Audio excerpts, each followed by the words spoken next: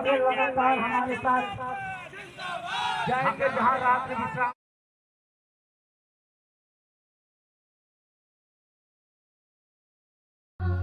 इतनी शक्ति हमें देना दाता, मन का विश्वास कमजोर होना। नमस्कार, जय हिंद साथियों। मैं अमित गर्ग एडवोकेट, जिला अध्यक्ष विधि प्रकोष्ठ आम आदमी पार्टी। साथियों, कहने को तो इस देश में आज बहुत कुछ है, मुद्दे भी बहुत हैं, रोज हंगामे भी हैं, आंदोलन भी है, लेकिन सुनने वाला शायद कोई नहीं। मैं बात करूंगा आज युवक की, आज मैं बात करूंगा किसान की, मैं आज बात करूंगा वकील की, मैं आज बात करूंगा हर उस इंसान की जो सरकार के जुल्म और सितम से परेशान है। मैं बात करूंगा उस भरत तिवारी की जिसकी दर्दनाक हत्या कर दी गई। सबका नंबर आएगा, ये बात 10 साल पहले पता थी। नारा था सबका साथ सबका विकास, लेकिन हो क्या रहा है इस देश में? किसका विकास हो रहा है? अपनों का विकास हो रहा है, जय शाह का विकास हो रहा है, नीतीश के बेटे का विकास हो रहा है। साथियों, कल मैं देख रहा था कि अधिवक्ता, क्योंकि मैं एक एडवोकेट हूं, आज बात वहीं से शुरू करूंगा। सबसे पहले क्या अधिवक्ता सड़कों पर है, प्रोटेक्शन एक्ट की मांग करता है, नहीं लागू होती है। अधिवक्ताओं के संग मारपीट की जाती है, नहीं सुनी जाती है। लेकिन आज उनके रोजगार पर प्रश्न उठ चुका है। आपने देखा कि तहसीलों के हमारे अधिवक्ता साथी सड़कों पर हैं, धरने पर हैं ई रजिस्ट्री के खिलाफ, क्योंकि प्राइवेट वेंडरों को जाएगा।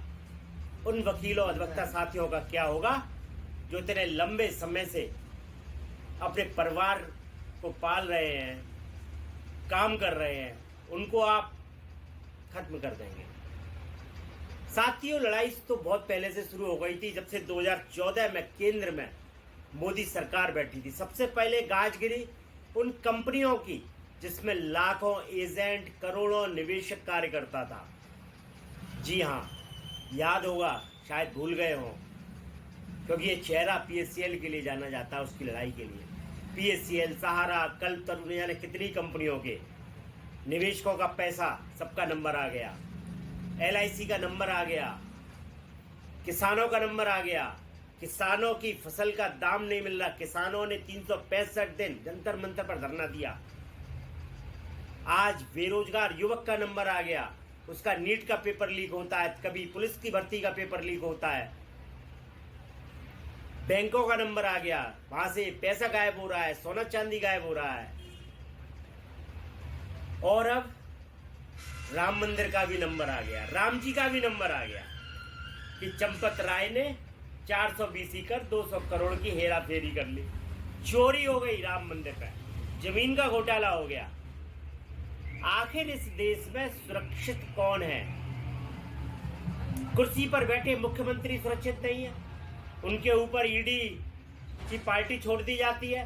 पता चलता है कि अगले दिन मुख्यमंत्री इस्तीफा देकर केंद्र में पहुंच जाते हैं।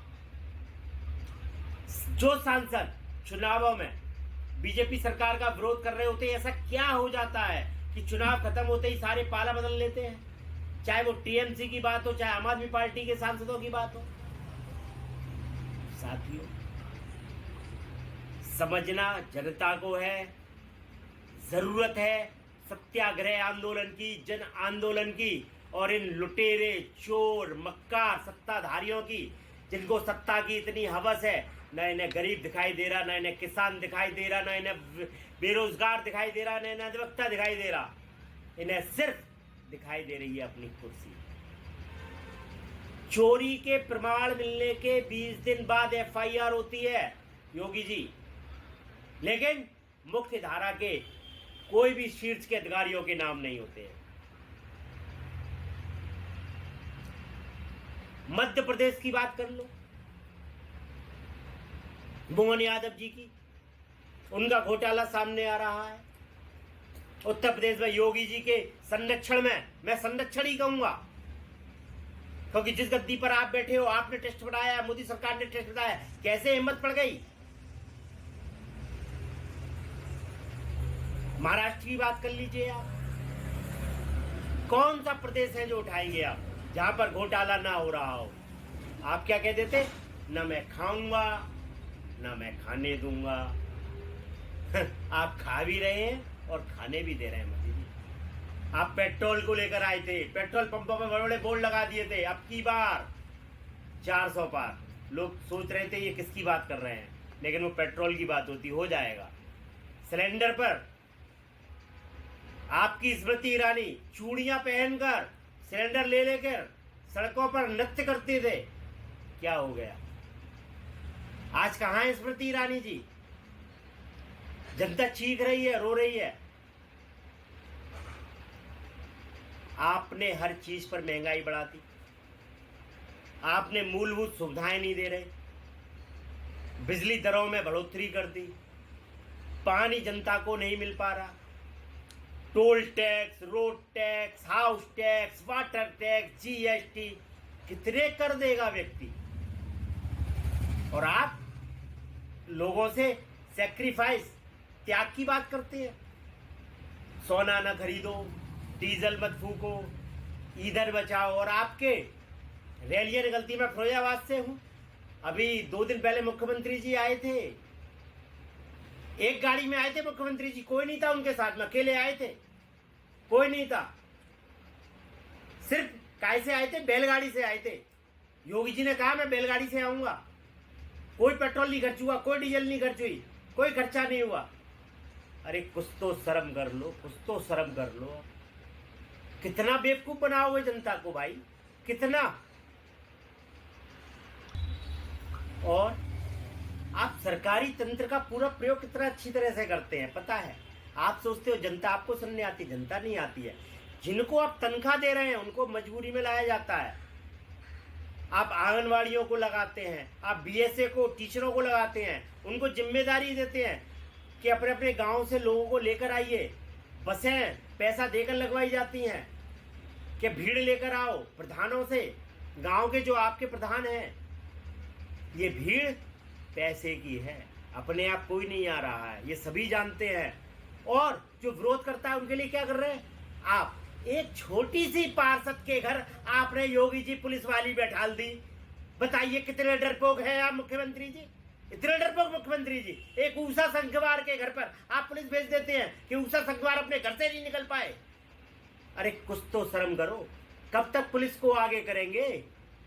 अरे आप मुख्यमंत्री हैं, जनता के प्रतिनिधि हैं, सीना ठोक के जनता से आके मिलाकर बात कीजिए। जनता का सेवक बीच में निकलता है, अपने आगे गीदड़ों की फौज नहीं लगाता। मुख्यमंत्री जी आप गीदड़ हैं, गीदड़ों की फौज लगाते।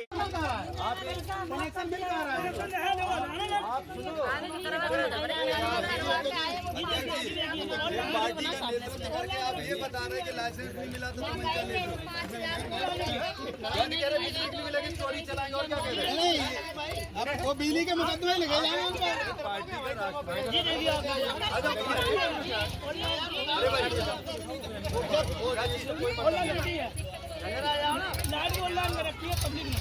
तो झटके ही लग रहे कैसे मांगते हैं।